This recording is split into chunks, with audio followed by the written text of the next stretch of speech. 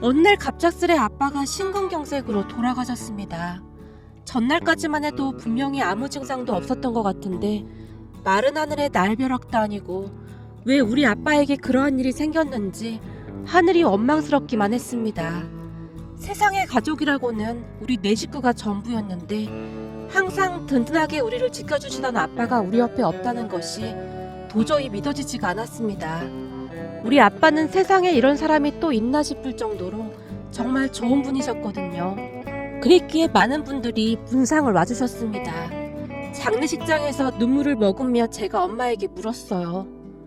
엄마, 그래도 할머니한테는 연락해야 하지 않아? 그렇잖아도 엄마가 연락드렸어. 그래도 부모인데 와봐야 하는 게 맞는 거지. 그럼 지금 오시는 중이겠네? 설마 아빠 장례식장인데 와서 난리치는 건 아니겠지? 제 물음에 엄마는 그저 넋이 나간 사람 마냥 아빠 영정사진만 바라볼 뿐이었어요. 생전에 아빠는 항상 엄마를 걱정하곤 했는데요. 엄마는 아빠를 만나서 결혼을 하고 난 뒤 평생토록 살림만 하고 지내셨거든요. 거기다 착해도 너무나 착했기에 그런 엄마를 이용해 먹으려는 사람도 참 많았어요. 특히나 아빠 본가 가족들이 항상 엄마를 무시하곤 했다고 합니다. 우리 아빠는 젊었을 때부터 시장에서 일을 했다는데요. 생선이나 과일, 그릇, 그리고 신발까지 돈이 될 만한 건 안 팔아본 것이 없다고 할 정도로 악착같이 장사해서 돈을 벌었다고 하는데요. 그래도 사업수완이 있었던 것인지 장사로 성공을 해서 꽤 많은 돈을 벌었다고 했습니다. 본가에서 둘째이던 아빠는 본가 가족들에 대한 애착이 별로 없었어요. 언젠가 아빠한테 들어보니 할머니가 아빠를 그렇게 차별했다고 했거든요. 단지 돌아가신 증조 할머니를 많이 닮았다는 이유에서 그랬다고 하네요. 어찌나 구박을 했던지 아빠가 본가 가족들이라고 하면 고개를 절레절레 흔들 정도였으니까요. 그러다가 부모님이 결혼하고 나서 아빠 장사가 승승장구했고 우리 가족이 잘 사는 것을 본 할머니가 아빠에게 잘해주는 척을 했다고 하네요. 제가 알기로는 그러면서 꽤 많은 돈을 가져갔다고 들었습니다. 그런데 문제는 할머니가 우리 엄마를 그렇게 못마땅해 했다고 합니다. 엄마가 부모도 없이 어렵게 자랐다는 게 그 이유였다는데요. 엄마가 편히 사는 걸 꼴보기 싫어했답니다. 네 주제에 이렇게 잘 먹고 잘 사는 거 감사하게 생각하고 살아. 우리 아들이 아니면 네가 이렇게 살 수나 있었겠냐? 우리 아들이나 되니까 너 같은 고아랑 결혼한 거지. 사실 네가 뭐 하나 볼 것도 없잖니? 죄송합니다. 정말 죄송합니다. 할머니의 구박에도 엄마는 그저 죄송하다는 말만을 반복할 뿐이었다고 하네요. 차라리 엄마가 모질기라도 했다면 아빠도 가족들과 연까지 끊고 살진 않았을 텐데 그저 착하기만 한 엄마를 지켜야 한다는 생각으로 본가 가족들과 연을 끊었다고 했어요. 그렇게 우리는 본가 가족들과 연을 끊고 살아야만 했습니다. 거기다 아빠가 돈을 많이 벌기 시작하면서 시시때때로 본가 가족들이 돈을 요구하며 힘들게 했다고 하거든요.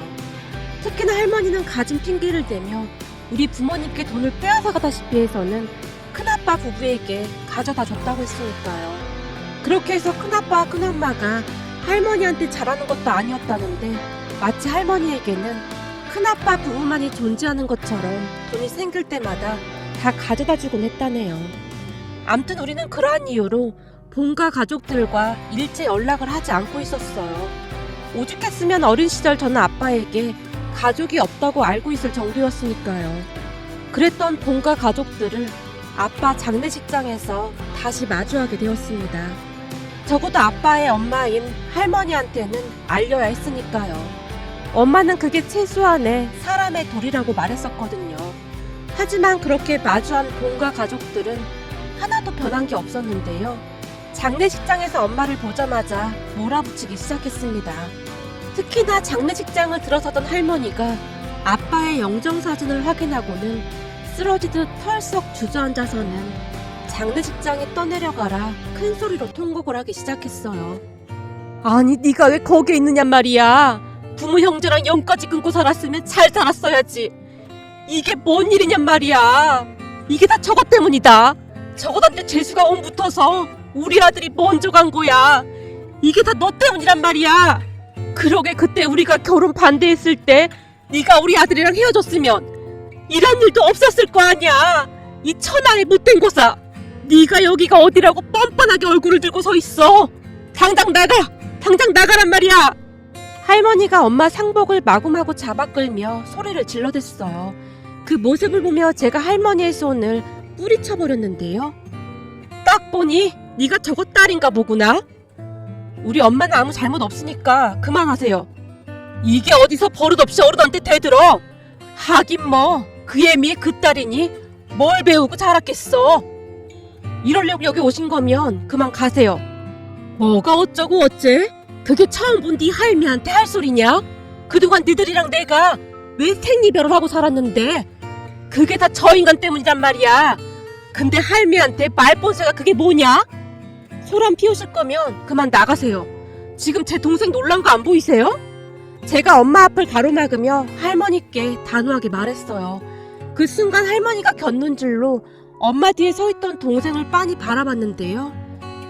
그래도 꼴의 아들은 낳았네 그려. 아주 잘 됐네. 우리 장남한테 딸만 있는데 이렇게 된 마당에 쟤를 우리 장남 호적에 올려야겠구나. 아니 제 동생을 왜 큰아빠 호적에 올려요? 이상한 소리 하지 마시고 그만 가보세요. 니들이 잘 모르는 모양인데 아들이 먼저 세상을 떠나면 부모가 모든 재산을 가져갈 수 있는 거야. 그러니까 내가 네 아빠 재산을 다 가져갈 수 있다 그 말이다. 그런 게 어딨어요. 우리 엄마가 있는데. 니들이 아직 잘 모르나 본데 니네 엄마한테는 자격이 없어. 원래 법이라는 게 그래. 그리고 저 꼴통이 키우는 것보다 우리 장남 내외가 키우는 게 훨씬 나을 거고 이래봬도 우리 장남 내외가 둘 다 대학까지 나왔다 그 말이야. 그니까 넌 네 딸 데리고 조용히 몸만 나가거라. 손자는 우리가 알아서 키울 테니. 사실 지금껏 우리 아들 덕에 잘 먹고 잘 사는 것만 해도 고마워해야 할 일 아니냐? 양심이 있으면 네가 알아서 나가야 할 거 아니야. 할머니가 엄마를 있는 대로 노려보며 큰 소리로 말했어요. 그 순간 엄마가 할머니 앞에 무릎을 꿇었는데요. 어머님, 제발 우리 애들이랑 저랑 먹고 살게만 해주세요. 웃기는 소리 하고 있네. 네가 배운 게 있어? 뭘 할 줄 아는 게 있어? 이왕 이렇게 된 김에 대학 나온 우리 장남 내외가 키우는 게 맞다. 아무래도 대학 나온 사람들이 훨씬 잘 키우겠지. 어리버리한 네가 아범도 없이 어떻게 둘을 키우겠어? 할머니의 말에 엄마가 덜덜 떨면서 눈물까지 흘리고 있었는데요. 그런 엄마를 보며 할머니의 얼굴이 더욱 기고만장해져 있었어요. 그리고 그런 할머니 뒤에 큰아빠 부부와 고모 부부가 팔짱을 낀 채 서 있었습니다. 본가 가족들을 보며 정말 기가 막혔기에 제가 그 사람들을 노려보고 있었는데요. 장례식장이 소란스러워지기 시작했습니다. 뭐야, 저 사람들이 시댁 가족들인가 보구만. 시어머니랑 며느리 사이가 아무리 안 좋아도 그렇지 어쩌면 저럴 수가 있어. 뭔 일 나기 전에 누가 가서 말려야 하는 거 아니야? 그러게 말이야. 너 시어머니 눈매가 보통이 아니네. 살기가 가득해 보이는구만. 근데 저러다 자식이랑 남겨진 재산 시어머니한테 다 빼앗기는 거 아니야? 다들 놀란 채 한마디씩 하고 있었거든요. 그런데 그 순간 아빠 친구 두 분이 우리에게로 걸어왔는데요. 안녕하세요. 저는 상철이 친구입니다. 어머니께서 많이 화가 나신 건 알겠는데 가족분들이 지금 여기서 그러고 계시면 떠난 사람한테 예의가 아닌 것 같네요. 조금만 진정해 주시겠어요? 지금 재수씨도 많이 놀라 있어서요. 할머니가 곁눈질로 주변을 살펴보더니 갑자기 통곡을 하기 시작했습니다. 할머니의 연기는 연기자 저리가라였는데요.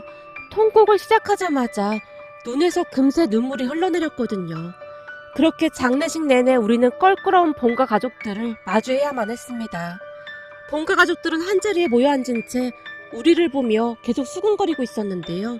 아무래도 뭔가 어마어마한 짓을 꾸미는 듯해 보였어요. 그 모습을 보며 제가 걱정스레 엄마에게 물었어요. 엄마, 우리 아빠 재산인데 저 사람들이 왜 가지고 간다고 하는 거야? 아니야. 엄마가 어떻게든 다 지켜낼 거야. 니들 아빠가 있었으면 말 한마디도 못했을 텐데. 엄마의 얼굴에는 근심이 가득해 보였습니다. 그 뒤 장례식이 끝나자마자 본가 가족들이 본색을 드러내기 시작했어요. 이거 어차피 우리 아들 이름으로 들어온 것이니 내 거나 다름없지 않겠냐? 그러니 내가 가지고 가마. 그리고 그때 내가 말한 거 말이다. 우리 아들이 남기고 간 재산이랑 손자 문제는 빨리 매드 찍게 준비하고 있거라 라며 부의금 들어온 것을 몽땅 챙겨갔습니다. 그리고 멀어져가는 본가 가족들의 뒷모습을 보며 엄마가 큰 결심을 한 듯 숨을 들이마신 채 그들 뒤에서 외쳤어요. 저기 어머님. 어머님? 내가 왜 네 어머니야? 난 단 한 번도 널 며느리라고 생각해 본 적이 없구만. 죄송합니다. 저게 그게 말이죠. 애들 아빠 친구들한테 물어보니 남편이 세상을 떠나면 아내에게 1순위로 상속된다고 하더라고요. 그래서 말인데. 그래서 뭐? 네가 다 챙겨가겠다 그 말이냐? 웃기는 소리하고 자빠졌네. 그동안 우리 아들 덕에 편히 살았으면 됐지. 이제 와서 돈 욕심이 난다 그 말이냐? 아니 그게 아니라 저도 애들하고 살긴 해야 하니까요. 넌 예전이나 지금이나 참 말귀를 못 알아듣는구나. 내가 며칠 전에 너한테 뭐라고 했냐? 우리 손자는 내가 데려가겠다고 했잖니? 근데 왜 그런 말을 하고 자빠졌어? 어머님 그렇게는 안 돼요. 절대 못 데려가요. 엄마가 이렇게 살아있는데 제가 키우는 게 맞는 거죠. 꼬박꼬박 말대꾸 하는 거 보니 너 그동안 간땡이가 많이 커졌나 보구나. 어림도는 소리 하지 말고 이번 달 안으로 다 정리할 생각해. 할머니가 엄마를 밀쳐버리고는 가버렸습니다. 그나마도 혼이 반쯤 나가있던 엄마의 얼굴이 더욱 새파랗게 질려 있었는데요. 그런 엄마의 얼굴에는 두려움이 가득해 보였습니다. 그 뒤 엄마는 잠도 못 자고 밥도 못 드신 채 시름시름 알아만 갔어요. 아빠 친구들이 찾아와서 엄마에게 무조건 강하게 나가야 한다고 몇 번이나 말을 하기도 했지만 엄마는 이미 겁에 질릴 대로 질려 있었습니다. 그렇게 우리는 불안에 떨며 하루하루를 보내야만 했습니다. 그러던 어느 날 아빠 유품들을 정리하다가 꺼져있던 아빠 휴대폰을 충전한 뒤 전원을 켰어요. 아빠가 돌아가신 뒤 아빠 지인분들에게 연락을 하고 까마득하게 잊고 있었는데 배터리가 없어서 휴대폰이 꺼진 듯 했습니다. 그런데 휴대폰을 켜자마자 조상우 검사라는 번호로 엄청난 양의 부재중 전화와 함께 문자 메시지가 와 있었어요. 그 이름을 보며 제가 홀로 중얼거렸는데요. 조상우 검사? 검사가 왜 우리 아빠한테 전화를 한 거지? 라는 생각으로 문자 메시지를 확인해 봤는데요. 메시지 내용을 확인하던 중 너무나 놀란 나머지 들고 있던 휴대폰을 떨어뜨리고 말았습니다. 문자 메시지에는 아버지, 제가 요즘 바빠서 연락을 못 드렸는데 왜 이렇게 전화를 안 받으세요? 혹시 무슨 일 있으신 거 아니시죠? 아버지, 걱정되니까 전화 좀 주세요. 아버지, 저 진짜 걱정돼서 그러니까 제발 연락 좀 주세요. 라는 메시지가 가득했거든요. 처음에는 잘못 보낸 문자가 아닐까 하는 생각도 해봤는데요. 그렇다고 하기에는 문자 내용이 너무나 간절해 보였습니다. 그 순간 제 머릿속이 복잡해지면서 별의별 생각이 다 들었습니다. 혹시 우리가 모르는 아버지 아들이 있는 건가? 아니야, 우리 아빠는 절대 그럴 분이 아니셔. 우리 가족을 얼마나 사랑하고 아끼셨는데 절대 아니야. 제가 홀로 중얼거리며 고개를 가로잡고 있었는데요. 들고 있던 아빠 휴대폰이 갑자기 울려대기 시작했고 놀란 제가 급히 휴대폰을 받았어요. 여보세요? 아버지? 아버지, 대체 왜 이렇게 전화를 안 받으세요? 제가 얼마나 걱정했는지 아세요? 무슨 일 있으신 거 아닌 거죠? 저기 누구시죠? 혹시 우리 아빠를 아시나요? 혹시 박상철 씨한테 전화한 거 맞나요? 우리 아빠라고 하면 혹시 따님이신가요? 박현지 씨 맞죠? 남자는 이미 제 이름까지 알고 있었어요. 누구시죠? 누구신데 우리 아빠한테 아버지라고 하는 거죠? 저기 그건 나중에 설명드릴 테니 아버지 좀 바꿔주시겠어요? 아버지 전화를 왜 현지 씨가 받는 거죠? 사모님 전화번호를 제가 모르고 있어서 며칠 동안 많이 걱정했습니다. 혹시 아버지한테 무슨 일이라도 생긴 건가요? 진심으로 걱정을 하고 있는 듯 남자의 목소리가 미세하게 떨리고 있었어요. 저기 우리 아빠 돌아가셨어요. 네? 돌아가시다니요? 그게 무슨 말씀이세요? 거짓말이죠? 지금 저한테 거짓말 하시는 거죠? 당장 아버지 바꿔주세요. 많이 놀랐던 모양으로 남자의 목소리가 다시 떨리고 있었어요. 사실입니다. 돌아가셨어요. 이미 장례식도 다 끝났고요. 아니 어떻게 이럴 수가 있습니까? 그럼 제가 아버지 장례식도 못 챙겼다 그 말인 거잖아요. 아버지 죄송합니다. 아버지 죄송합니다. 전화기 너머에서 남자가 숨죽여 흐느끼고 있었습니다. 저기 근데 누구시죠? 왜 우리 아빠한테 아버지라고 부르시는 거예요? 저기 현지씨, 제가 지금 집으로 가겠습니다. 연락이 안 됐을 때 바로 찾아갔어야 했는데 남자는 휴대폰을 든 채 한동안 흐느끼기만 했어요. 잠시 뒤 눈물을 멈춘 남자가 다시 말을 이어갔습니다. 제가 지금 바로 가겠습니다. 현지씨와 사모님께 너무나 죄송합니다. 눈물 가득한 목소리로 말을 하던 남자가 그제서야 전화를 끊었어요. 하지만 저는 정신이 아득하기만 했습니다. 그도 그랬던 것이 그때 당시 제가 대학 1학년이었는데요. 한꺼번에 너무나 많은 일이 일어났으니 정신이 반쯤 나갈 수밖에요. 그렇게 제가 안방으로 가서 엄마에게 물었어요. 엄마, 혹시 말이야, 조상우라는 사람 알아? 조상우? 그게 누군데? 아빠 휴대폰에 조상우 검사라고 되어 있던데 혹시 아는 사람이야? 조상우 검사? 아, 조상우 검사? 엄마의 눈빛은 초점이 없어 보였어요. 며칠 동안 잠을 못 주무셨기에 더욱 그랬던 것 같습니다. 거기다 본가 가족들이 하루가 멀다 하고 쫓아와서는 집안을 쑥대밭으로 만들어 놓곤 했거든요. 그랬으니 엄마가 정신줄을 놓을 수밖에 없었어요. 하지만 엄마는 그 여리디 여린 마음으로 그런 본가 가족들에게서 우리를 지켜내기 위해 많은 노력을 하셨어요. 처음으로 본가 가족들에게 나가라고 소리까지 질렀을 정도였으니까요. 동생과 저는 엄마가 그토록 화를 내는 모습을 처음 봤던 것 같습니다. 물론 대학생이던 저도 엄마 옆에서 본가 가족들과 맞섰지만 막무가내인 본가 가족들 앞에서 하루하루 지쳐갈 수밖에 없었습니다. 그런 와중에도 기억이 나긴 나는 것인지 엄마가 홀로 중얼거렸어요. 알지, 조상호도 네 아빠 아들이야. 그러고 보니 상우한테 연락도 못했구나. 뭐? 아들? 엄마, 그게 무슨 말이야, 아들이라니. 그럼 아빠한테 숨겨둔 자식이라도 있었단 말이야? 숨겨둔 자식은 아니고 그냥 있어, 네 아빠 아들. 엄마가 다시 중얼거리다가는 자리에 누운 채 입을 다물어 버렸어요. 그런 엄마에게 뭔가를 물어본다는 것조차 무리라는 생각이 들었기에 홀로 거실에 앉아 아빠 휴대폰만 뚫어지라 바라보고 있었는데요.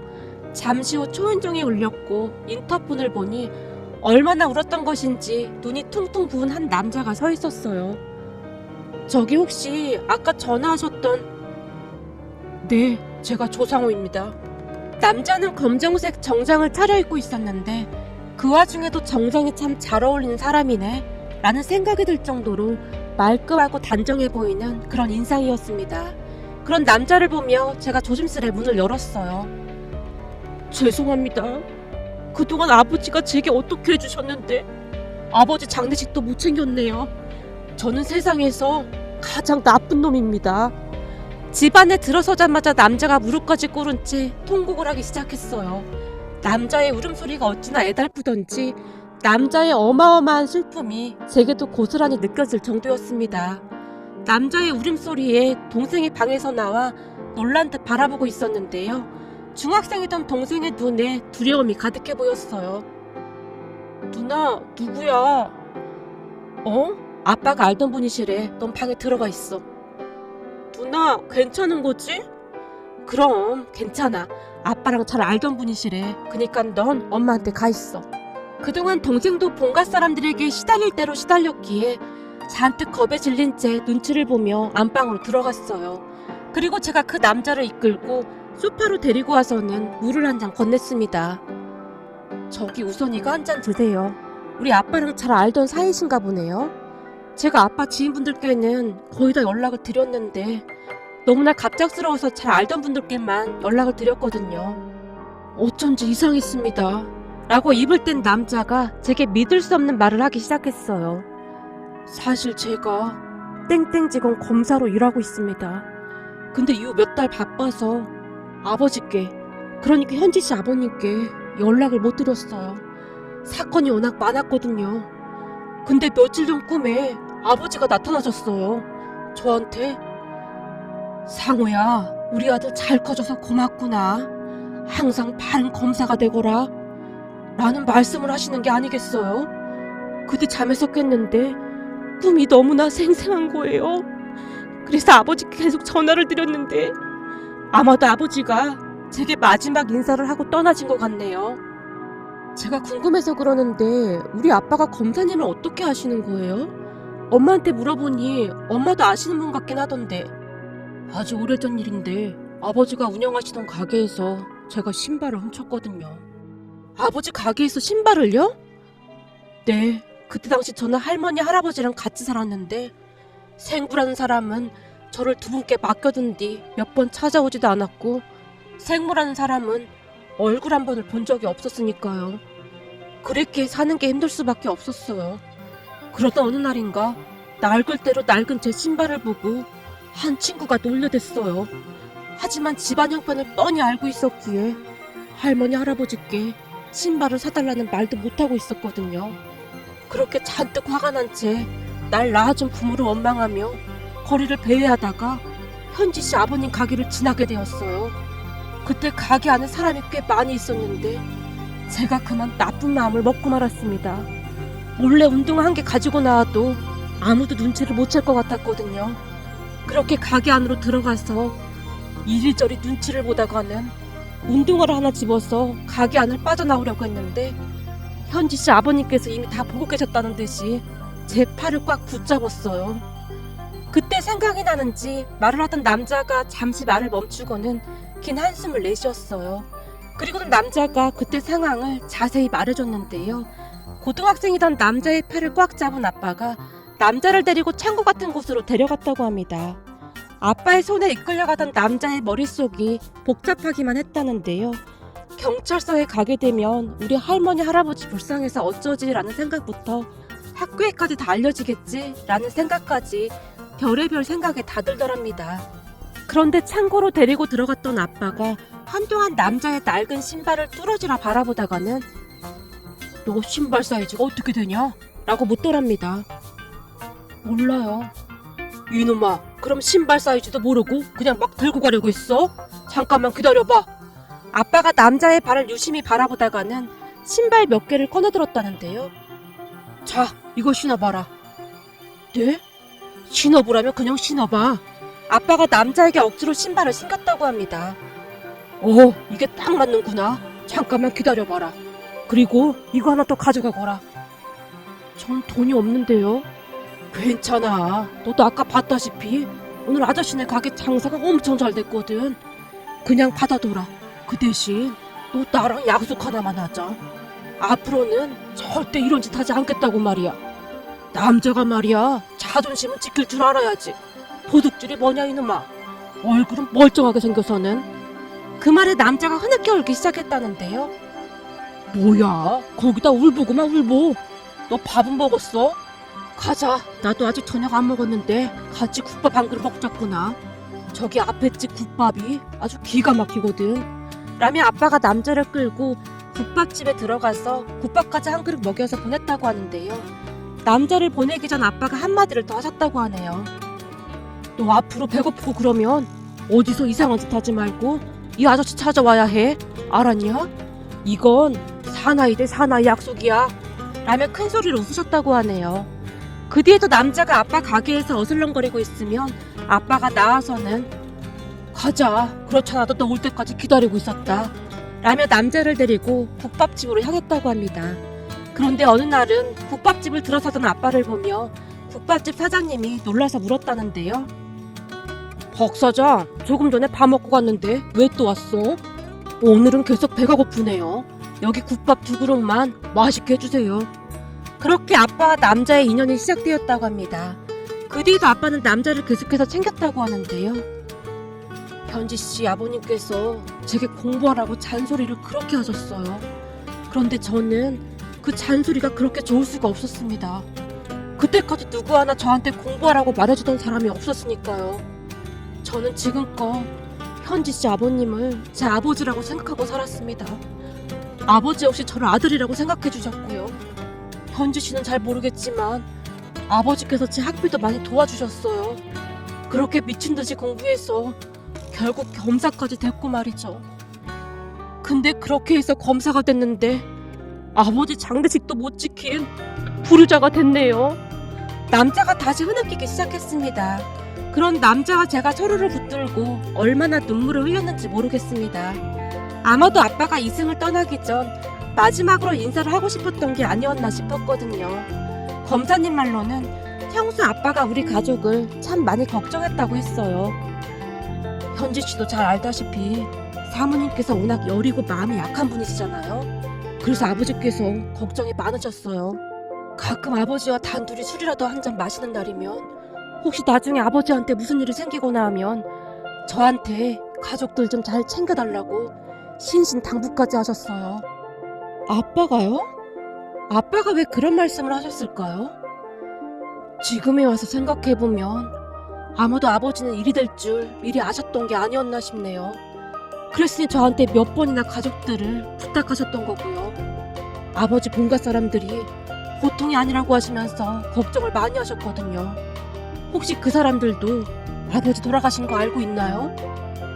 네, 돌아가신 건 알려야 할 것 같아서 할머니께 연락드렸는데 장례식장에 와서 한바탕 난리를 피우고 가셨어요. 그리고 지금도 허구한 날 쫓아와서 집안을 쑥대밭으로 만들고 있고요. 그렇다고 아빠가 돌아가셨는데 할머니한테 연락을 안 드릴 수도 없었고요. 근데 그 모습을 보니 괜히 연락한 게 아닌가 싶은 생각까지 들더라고요. 물론 아버지 재산 얘기도 하셨겠죠? 네, 맞아요. 어떻게 하셨어요? 그것도 아버지께서 이미 다 말씀해 주셨거든요. 분명히 재산 보고 달려들 거다 라고 말입니다. 그 순간 검사님의 눈빛이 매섭게 변해 있었어요. 그리고 그 뒤 많은 것이 변하기 시작했는데요. 검사님이 본가 가족들을 만나서 다 해결해 줬거든요. 그렇게 며칠 뒤 검사님과 저만 본가 사람들을 만나러 나갔습니다. 할머니와 큰아버지 그리고 고모까지 작정을 하고 카페로 들어섰는데요. 제 옆에 앉아있던 검사님을 보던 본가 사람들의 눈동자가 잠깐 흔들리고 있었어요. 댁은 누구요? 잔뜩 경계를 한 채 할머니가 물었어요. 저는 땡땡지검의 조상호 검사입니다. 그러니까 간단하게 설명하자면 여기 박현지 씨 가족들의 후견인 정도로 생각해 주시면 될 것 같습니다. 뭐야, 검사? 그러니까 당신이 뉴스 같은 데서 보던 그런 검사란 말이요? 웃기는 소리 하고 있네. 우리 상철이가 고등학교도 겨우 나왔는데 검사를 알고 지냈다고? 구라를 쳐도 애지간해야지. 감히 누굴 속이려고 들어? 이 사기꾼 놈아. 큰아버지란 사람이 검사에게 삿대질을 하고 있었지만 검사님은 눈 하나 깜빡하지 않은 채 말을 이어갔습니다. 그럼 제 소개는 여기까지 하고 본론으로 들어가겠습니다. 제가 여기 현지 씨한테 듣기로는 고인이 남기신 재산을 본가 가족들이 가져가야 한다고 했다고 하더라고요. 말도 안 되는 서류에 도장을 찍으라고 강요까지 하면서 말이죠. 그럼 당연하지. 박상철이 내 아들인데 엄마인 내가 가져가는 게 당연한 거지. 쟤들 엄마가 다른 남자 만나서 재혼이라도 하게 되면 우리 손주들은 낙동강 오리알 신세가 되는데 그걸 두고만 보고 있으란 말이야? 아니죠. 법적으로 본다면 고인의 아내분이 상속받는 게 맞는 겁니다. 아실만한 분들이 왜 그러는 겁니까? 그러니까 본가 가족들에게는 아무런 권한이 없다 그 말입니다. 뭐가 어쩌고 어째? 네가 뭘 한다고 그딴 소리를 씨부리고 있어? 우리 상철이 재산 내 거니까 그런 줄 알고 있어. 아니죠. 그럼 우리도 법대로 처리하는 수밖에 없겠네요. 제가 잘 아는 변호사가 있는데 그분한테 연락해 놓겠습니다. 검사님이 휴대폰을 꺼내서 전화를 하기 시작했는데요. 그 순간 눈 깜짝할 사이에 할머니가 검사님의 뺨을 올려붙였어요. 놀란 제가 벌떡 일어나 소리쳤습니다. 지금 검사님한테 뭐 하는 겁니까? 검사 같은 소리하고 자빠졌네. 웃기는 소리 하지 말고 당장 니네 엄마 나오라고 해. 현지씨 잠깐만요. 지금 그쪽 분들 저한테 큰 실수하신 겁니다. 방금 하신 행동 분명히 책임지셔야 할 겁니다. 어디 검사인지 판사인지 이 사기꾼 같은 인간아, 네 멋대로 해봐. 이번에는 큰아빠란 사람이 검사님의 멱살을 잡고는 검사님을 내동댕이 쳐버렸어요. 그런데 검사님은 아무런 대응도 하지 않았는데요. 나중에야 그 이유를 알게 되었답니다. 검사님이 카페 CCTV를 증거로 제게 경찰에 신고하라고 시켰거든요. 결국 본가 사람들은 모두 경찰서로 가게 되었고 검사님이 진짜 검사인 것을 뒤늦게 알고는 손이 발이 되도록 빌어대며 합의를 해달라고 했어요. 하지만 검사님은 절대 합의를 해주지 않았습니다. 그랬더니 할머니가 엄마에게 전화를 해서는 내가 다 잘못했다. 부디 그 검사님한테 합의 좀 해달라고 해다오. 내가 이렇게 부탁하마 라며 빌어댔다고 하네요. 그런 할머니의 말에 엄마가 안절부절 못한 채 어쩔 줄을 몰라 했는데요. 저런 사람들은 절대 변하지 않습니다. 지금 합의해주면 앞으로 또 찾아와서 힘들게 할 겁니다. 전 절대 합의해줄 생각이 없습니다. 이 깁스가 어찌나 고마운지 모르겠네요. 깁스한 팔을 보며 검사님이 미소를 짓고 있었어요. 사실 그날 큰아빠한테 내동댕이 쳐지는 바람에 검사님이 바닥을 잘못 짚어서 팔에 금까지 갔었거든요. 그 뒤 본가 사람들이 난리가 난 건 말할 것도 없었고요. 결국 얼마 뒤 큰아빠는 재판에서 징역 6개월에 집행유예 2년을 선고받았다고 하는데요. 참 씁쓸하기만 하더라고요. 그 뒤 본가 사람들은 우리 가족들에게 일체 전화도 하지 않았고 오히려 검사님과 다시 마주칠까봐 노심초사하고 있다는 소리만 들었습니다. 그렇게 저는 대학을 졸업하고 취업까지 하게 되었는데요. 그 뒤에도 검사님은 우리 가족들을 항상 챙겨줬어요. 자주 만나서 식사도 하고 즐거운 시간을 보냈으니까요. 그리고 여러분들 놀라지 마세요. 저는 검사님과 결혼까지 했답니다. 아무래도 자주 붙어 다니다 보니 서로 정이 들 대로 들었었거든요. 처음에는 나이 차이가 많이 난다며 남편이 많이 미안해했는데요. 이미 둘 다 너무나 사랑했었기에 그런 것은 큰 문제가 되지 않았습니다.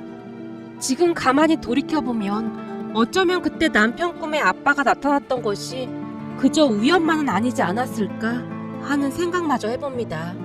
아니죠. 어쩌면 남편이 아빠 가게에서 신발을 들고 나가던 그때 아빠는 이미 남편이 아빠의 사이가 되리라는 것을 알고 있었던 것은 아니었을까요? 지금 우리 가족은 그 누구보다도 행복하게 잘 살고 있습니다. 오늘따라 아빠가 너무너무 보고 싶기만 하네요.